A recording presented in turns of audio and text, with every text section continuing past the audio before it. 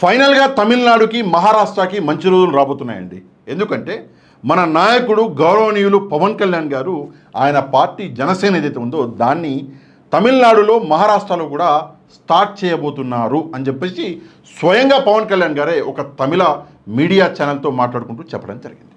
ఇది విన్నాక నిజంగా నాకు చాలా ఆనందం వేసింది. ఎందుకు అంటే కేవలం అధికారంలోకి వచ్చిన 10 నెలల సమయంలోనే పవన్ కళ్యాణ్ గారు ఆంధ్రప్రదేశ్ తలరాతని మార్చేసాడు. ఎక్కడో ఉన్న రాష్ట్రాన్ని యాడికో తీసుకొచ్చేసాడు.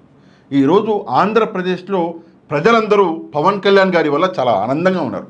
ఆంధ్రప్రదేశ్లో ప్రజలకి కష్టం అనేదే లేదు. ఆంధ్రప్రదేశ్లో నిరుద్యోగం అనేదే లేదు. ఆంధ్రప్రదేశ్ జిఎస్డిపి యాడికో వెళ్ళిపోయింది. అసలు ప్రజల ఇండ్లల్లో ఒక్కొక్కరి దగ్గర మూటలు మూటలు డబ్బు అనేది ములుగుతున్నది. కేవలం 10 నెలల కాలంలో పవన్ కళ్యాణ్ గారు చేసినటువంటి మంచి ఇది. ఇంత మంచి చేసి ఈరోజు పవన్ కళ్యాణ్ గారు చేయడానికి ఏమీ లేదు. ఆంధ్రప్రదేశ్లో ఖాళీ కూర్చుంటున్నాడు. పాపం మన నాయకుడికి పవన్ కళ్యాణ్ గారికి ఖాళీ కూర్చోవడం ఇష్టం ఉండదు కదా. అందుకే ఆంధ్రప్రదేశ్ తలరాతను మార్చేసిన నేను ఇప్పుడు పక్క రాష్ట్రము తమిళనాడు తలరాతను మార్చేస్తా, ఇటు పక్క రాష్ట్రం మహారాష్ట్ర తలరాత మార్చేస్తా, మరి పోయొస్తా నేను అని చెప్పేసి ఆయన మనందరికీ చెప్తుంటే నాకు ఇంకా గర్వంగా ఉంది. ఎందుకంటే ఒక తెలుగువాడైనటువంటి పవన్ కళ్యాణ్ గారు పక్క రాష్ట్రాలని ఏలడానికి వెళ్తున్నాడు అంటే నిజంగా తెలుగువాడిగా మనందరము గర్వించాలి. ఇది స్టోరీ, ఇంతవరకు జరిగినటువంటి స్టోరీ. ఇక నిజానికి వద్దాం. నిజాలు మనం మాట్లాడుకుంటే పవన్ కళ్యాణ్ గారి మాటలు విని ఈరోజు చిన్నపిల్లలు అంటే 2వ తరగతి 3వ తరగతి చదువుతున్నటువంటి పిల్లలు కూడా నిజంగా నవ్వుతున్నారు. పెద్దోళ్ళు అయితే ఏకంగా గాండ్రించి ఉమ్మేస్తున్నారు. అది వేరే సంగతి. ఎందుకంటే నువ్వు పుట్టిన కాడ నీకు ఒక ఛాన్స్ ఇయ్యి అన్నావు. ఆ ఒక్క ఛాన్స్ ఇస్తే డైరెక్ట్గా ఉప ముఖ్యమంత్రి అయి కూర్చున్నావు. ఉప ముఖ్యమంత్రి అయిన నువ్వు ఈడ చేసిందేమీ లేదు.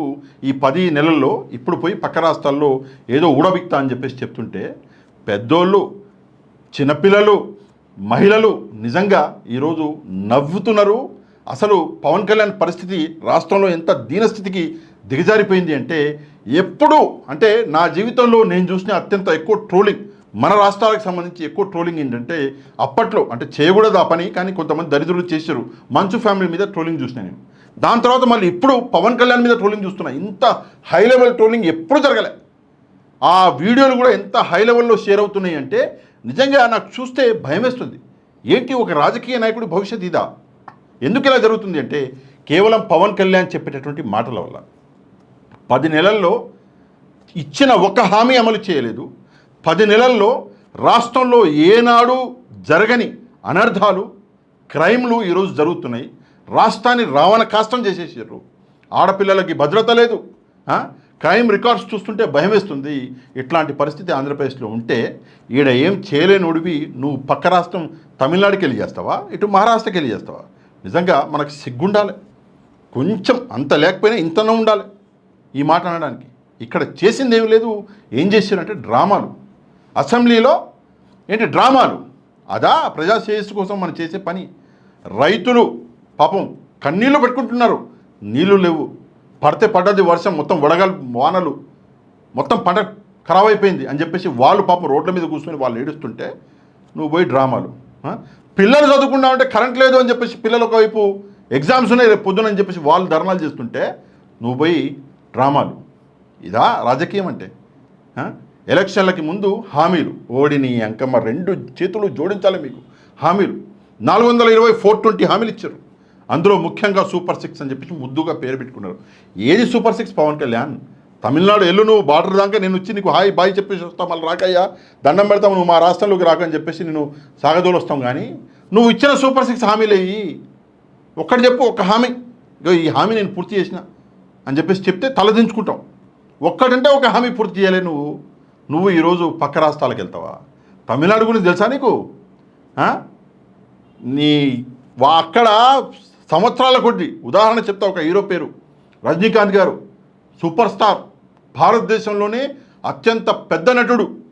ఆ రజనీకాంత్ గారు రాజకీయాల్లోకి వస్తా అంటేనే నువ్వు తమిళుడు కాదు, నువ్వు ఇలా తమిళనాడులో పుట్టలేదు అని చెప్పేసి అక్కడ అబ్జెక్షన్ చేశారు. వాళ్ళకి భాష పట్ల వాళ్ళ పట్ల చాలా పట్టింపులు ఉంటాయి. నువ్వు వెళ్తే బాబు దా అని చెప్పేసి మళ్ళీ మాలాగా పిచ్చోళ్ళలాగా ఉప ముఖ్యమంత్రి ఇస్తారు నీకు అనుకుంటున్నావా? వాడు అమ్మ జీవితం నీకాడ చెప్తే గలీజుగుంటుంది. పరిస్థితులు అంత దారుణంగా ఉంటాయి. తమిళనాడు వాళ్ళు కొంచెం పెట్టైనా కొడతారు.